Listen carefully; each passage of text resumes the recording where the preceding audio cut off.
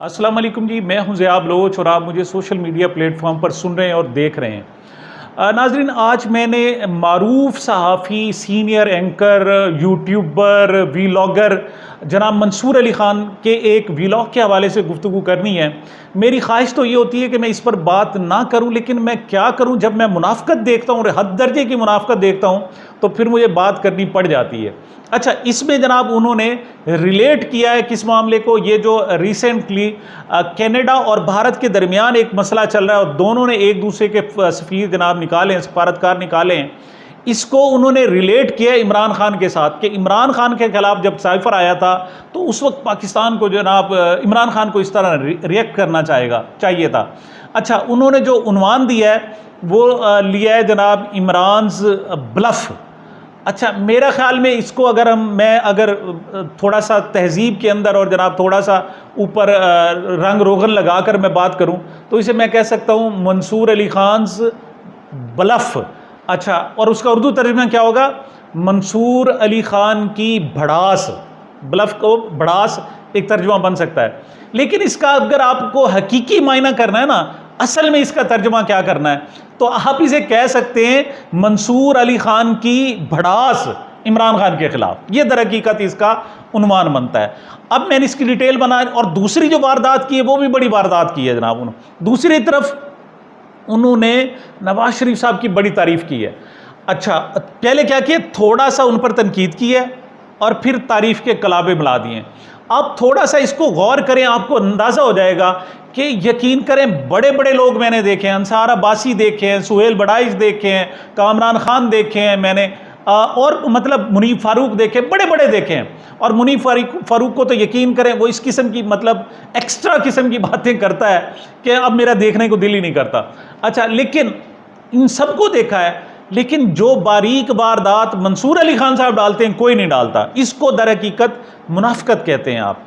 क्यों? देखें, बहुत सारे वीलॉगर हैं वो डायरेक्ट इमरान खान की मुखालफत करते हैं, बहुत अच्छे, उनका एक स्टांस है, एक व्यू है, खड़े हैं उसके साथ चल रहे होते हैं। अच्छा, बहुत सारे लोग हैं नवाज शरीफ की मुखालफत करते हैं, बहुत सारे आसिफ जरदारी बिलावल को बुरा भला कहते हैं, ठीक है, उनका एक पॉइंट ऑफ व्यू है, आप खड़े होते हैं। लेकिन जब आप क्या करते हैं, एक की थोड़ी सी हिमायत करके फिर उसकी मुखालफत करते हैं, दर हकीकत आप अपनी स्पेस लेते हैं और फिर उसकी ऐसी तैसी फेर के रख देते हैं। यानी आप इसे कहते हैं मुनाफ़क़त, कि पहले आपने कलमा तो पढ़ लिया लेकिन अंदर से आप जनाब उसके जड़ें काटने में मसरूफ़ होते हैं। यकीन करें, इसे मुनाफ़क़त कहते हैं। मुबश्शिर लुकमान अब्दुल्ला बिन उबई कहते हैं जी बहुत सारे हमारे इस वक्त के अब्दुल्ला बिन उबई हैं। हालांकि मुबश्शिर लुकमान को इस वजह से मैं कहूँगा कि वो खुल के मुखालफत, गालियाँ देता है ना, खुल के तो बात करता है, इस किस्म की मुनाफ़क़त नहीं करता कि पहले कह जी बाबा तारीफ़ें करने लग जाए और फिर जड़ें काटने लग जाए। अब मैं आपको सारे मुद्दे पर, असल मामले पर ले जाता हूँ जनाब। उन्होंने जनाब एक व्लॉग किया, उसमें जनाब सबसे पहले उन्होंने मिसाल दी है जस्टिन ट्रूडो की, कि देखें जी वहाँ एक सिख रहनुमा प्रदीप सिंह नजर का चूँकि कत्ल हुआ है तो उन्होंने जनाब एहतजाज किया है और जस्टिन ट्रूडो ने खुद आके उसने कहा जी वो जो उनका सफारतकार है वो रा का भी वहाँ चूँकि हेड है, और उन्होंने आके उसको निकाल दिया। और उसके जवाब में इंडिया ने भी जो कनाडा का सफारतकार था उसको भी निकाल दिया। इस पर जनाब ठहर के वो कहते नहीं, अब आए मैं साइफर केस की तरफ, इमरान खान की तरफ देखता हूँ कि इमरान खान ने उस वक्त ब्लफ क्या किया है। वो कहते जी ये होता है कौमों का तरीका, ये होता है जनाब रहनुमाओं का तरीका कि वो सफारतकार को निकालते हैं। तो इमरान खान को भी चाहिए था जनाब उसी वक्त सफारतकार को निकालते। ये क्या मतलब? वो उसने सैफर लहराना शुरू कर दिया और सैफर की बात शुरू कर दी, सफारतकार निकाल देते। कोई अकल के अंधे। इस पर मुझे वो अदबी लतीफ़ा भी याद है, वो शबे दिजूर की सूझी, अंधे को अंधेरे में बड़ी दूर की सूझी। यकीन करें मंसूर अली खान को वाकई बड़ी दूर की सूझी है। लेकिन मैं कहूँ कि अकल के अंधे, ये बता, वहाँ तो रा का एजेंट बैठा हुआ था जिसने कनाडा में एक सिख रहनुमा को कत्ल कराया, वहाँ पर शवाहिद हुए। 18 मार्च का वाक़या है। अब जाकर 20 सितंबर को वहाँ के कैनेडियन वज़ीर ख़ारजा और कैनेडियन वज़ीर आज़म ने जनाब जाकर इस पर बात की है और डायरेक्ट इल्ज़ाम लगाया, बहुत सारे शवाहिद इकट्ठे किए। और उसने क्या कहा है? उसने ये नहीं कहा कि मोदी को निकाल दो जनाब वहाँ से, और मोदी तो बैठा हुआ इंडिया, वहाँ से कैसे निकालेगा? और मंसूर अली खान वो डोनाल्ड डू को कैसे निकालता? डोनाल्ड डू किसान में थोड़ी बैठा हुआ था। वो तो बैठा हुआ था अमेरिका में, वहां अंडर सेक्रेटरी था। मतलब अंधे को अंधेरे में बहुत दूर की सूझी, वाह जी वाह, सफारतकार को निकालना चाहिए था। अजीब सी बात है, जरा तुम समझो तो सही, मतलब कौन तुम्हें अक्लमंद कहेगा। अच्छा, अगला वाक्य हो सकता है, ठीक है जी, वहां का जनाब चूंकि एक डोनाल्ड ट्रंप ने वहां पर काम किया तो यहां के सफारतकार को निकाल देते। ये भी बिल्कुल घटिया किस्म की आर्गूमेंट है। मतलब गलत काम उसने किया और सफारतकार इसको निकाल देते। कौन आपको अच्छा कहता? लोग आपको कहते पागल हैं जनाब, बेवकूफ। मिसाल अब आपको पागल कहते हैं। खान साहब ने क्या किया? उसे नेशनल सिक्योरिटी काउंसिल में ले आए इमरान खान साहब, वहां पर सारे आली दिमाग बैठे। उसमें जनाब उस वक्त के army chief general Qamar Javed Bajwa साहब थे, उस वक्त के एयर चीफ मौजूद थे, उस वक्त के chief of the air staff थे और नेवल स्टाफ वहां मौजूद थे और chairman joint chiefs of the staff committee वहां पर मौजूद थे। मतलब एक सुपीरियर किस्म का इदारा था। वहां पर बैठकर उन्होंने सारी सूरत हाल बताई और उन्होंने सफीर को बुलाकर डीमार्श किया।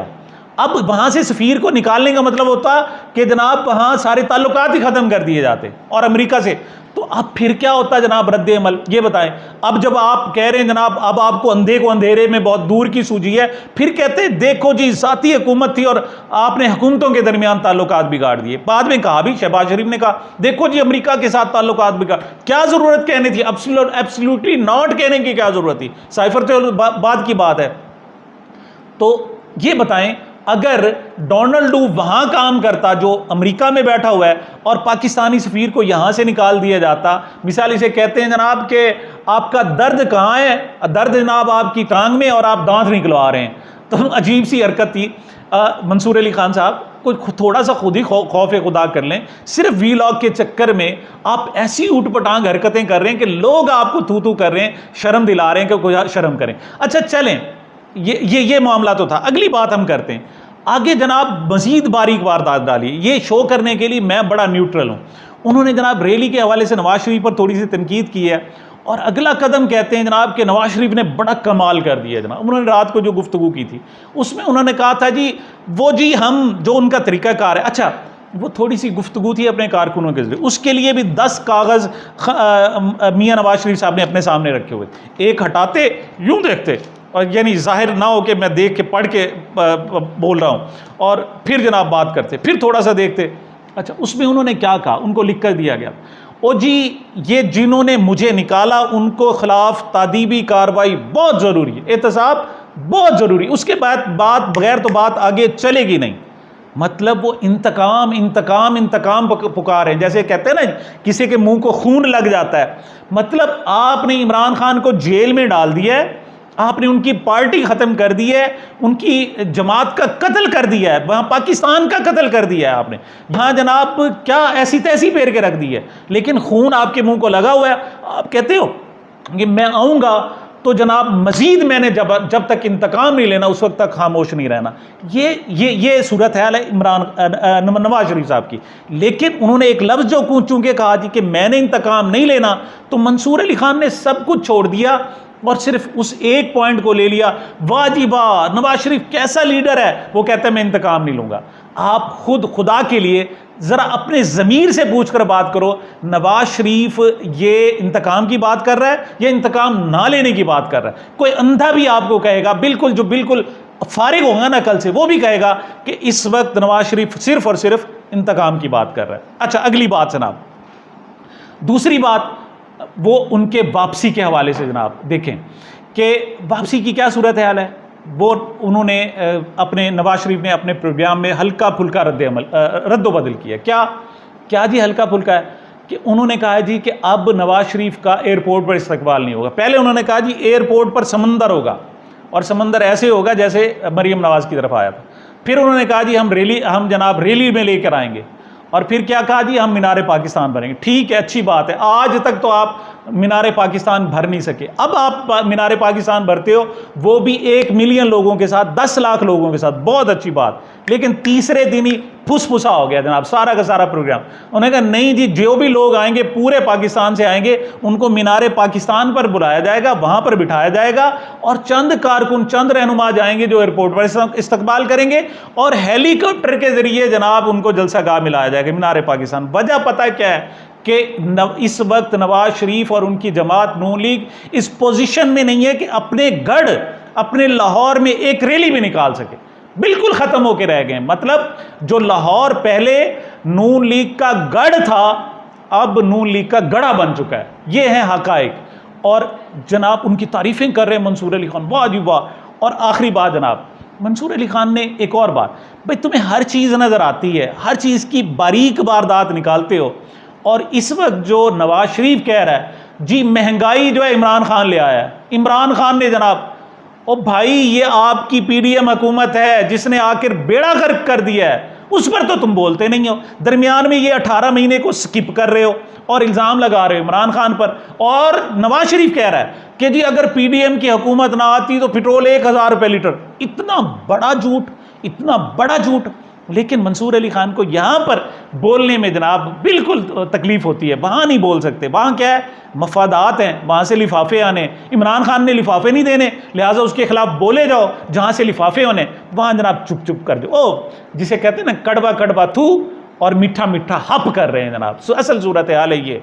तो ये जनाब मैंने आईना दिखाना था मंसूर अली खान को। उनको उम्मीद है अपनी शक्ल भी याद आ जाएगी और जो उनके चाहने वाले हैं ना, जो उनको भी अंदाज़ा हो जाएगा कि मंसूर अली खान की औकात क्या है।